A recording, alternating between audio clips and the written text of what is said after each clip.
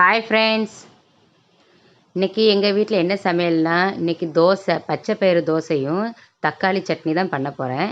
இந்த தோசை எப்படி பண்ண போகிறேன், எவ்வளோ அளவு அரிசி உளுந்து எப்படிலாம் பண்ண போகிறேன்னு இன்றைக்கி அளவோடு சொல்லி தரப்போகிறேன், பார்த்துக்கோங்க. வாங்க. ஃபஸ்ட்டு புழுங்கல் அரிசி எடுத்துருக்கேன் 1 கிளாஸ், சாப்பாட்டு அரிசி, அப்புறம் 2 கிளாஸு பச்சை அரிசி, அதாவது ரேஷன் அரிசி தான் நான் யூஸ் பண்ணியிருக்கேன். இந்த 2 அரிசியும் நல்லா மிக்ஸ் பண்ணிக்கோங்க. 1/2 கிளாஸு உளுந்தம்பருப்பு, 1/2 கிளாஸ் பச்சை பயிறு, இந்த 2யும் ஒன்றா ஆக்கி 1 கிளாஸ் ஃபுல்லாக எடுத்து அதையும் நல்லா மிக்ஸ் பண்ணி எடுத்துக்கோங்க. எல்லாம் மிக்ஸ் ஆக்கி இதில் நல்லா தண்ணி ஊற்றி நல்லா வாஷ் பண்ணி தூர ஊற்றிக்கோங்க.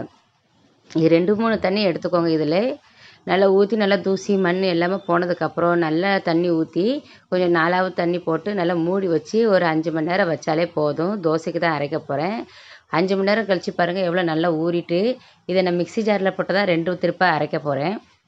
அரைச்சி முடிச்சக்கப்புறம் எவ்வளோ தண்ணி வேணுமோ அவ்வளோ மட்டும் ஊற்றி நல்லா ஜாஸ்தி நைஸாகவும் இல்லாமல் கொஞ்சம் கொரகொரப்பும் இல்லாமல் மீடியம் சைஸ்க்கு நல்லா அரைச்சி வச்சுக்கோங்க. இதில் நான் அரைக்கும் போதே கொஞ்சம் கல்லுப்பு போட்டு நல்லா அரைச்சி வச்சிட்டேன். நல்லா கரைச்சி மூடி வச்சுருக்கோங்க. இது நான் மார்னிங்கில் தோசை தான் சுட போகிறேன். ஒரு கடாயை வச்சு எண்ணெய் ஊற்றி அதில் 1 கிண்ணம் கடலைப்பருப்பு அதே போட்டு நல்லா வதங்கி வந்ததுக்கப்புறம் ஒரு 5, 6 பூண்டையும் போட்டு நல்லா வதக்கி சிவப்பு மிளகா அதையும் போட்டு நல்லா வதக்கியாச்சு. இதில் 1 வெங்காயம் போட்டு நல்லா வதக்கி எடுத்ததுக்கப்புறம் ஒரு 6 தக்காளி, சின்ன சின்ன தக்காளியாக இருந்தது, அதை நல்லா தக்காளியை போட்டு நல்லா வதக்கி 1 ஸ்பூன் உப்பையும் போட்டு நல்லா வதக்கினதுக்கப்புறம் இதில் 1 ஸ்பூனு உப்பை போட்டாச்சு. இதில் நல்லா மூடி வச்சுக்கோங்க. 5 நிமிஷம் மூடினதுக்கப்புறம் ஓப்பன் பண்ணி பார்த்தா தக்காளி வெங்காயம் எல்லாமே நல்லா கரைஞ்சி வந்துட்டு ஆற வச்சு மிக்ஸி ஜாரில் அரைச்சிக்கோங்க. அரைச்சதுக்கப்புறம் தக்காளி சட்னி இப்படி தான் வந்திருக்கு. இது ஒரு தாளிப்பு கொடுக்குமா, கொஞ்சம் அதே கடாயில் எண்ணெய், கடுகு, கருவேப்பிலை, பெருங்காயம் எல்லாம் போட்டு நல்லா வதக்கி அந்த தக்காளி மேலே ஊற்றிடுங்க. இப்போ தோசை சுடலாமா?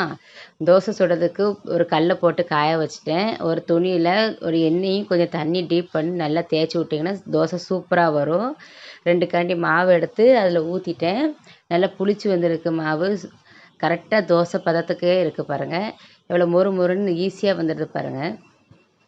கல்லில் எப்போவுமே கொஞ்சம் தண்ணி எண்ணெயும் தேய்ச்சிங்கன்னா ஈஸியாகவே மாவு எடுக்கிறதுக்கு ஈஸியாக இருக்கும் பாருங்கள். சூப்பராக இருக்குது. இது பச்சை பயிறு போட்டு தான் பண்ணியிருக்கேன். 2வது தோசை பாருங்கள், இதோட இன்னும் சூப்பராக வருது மொறு மொறுன்னு.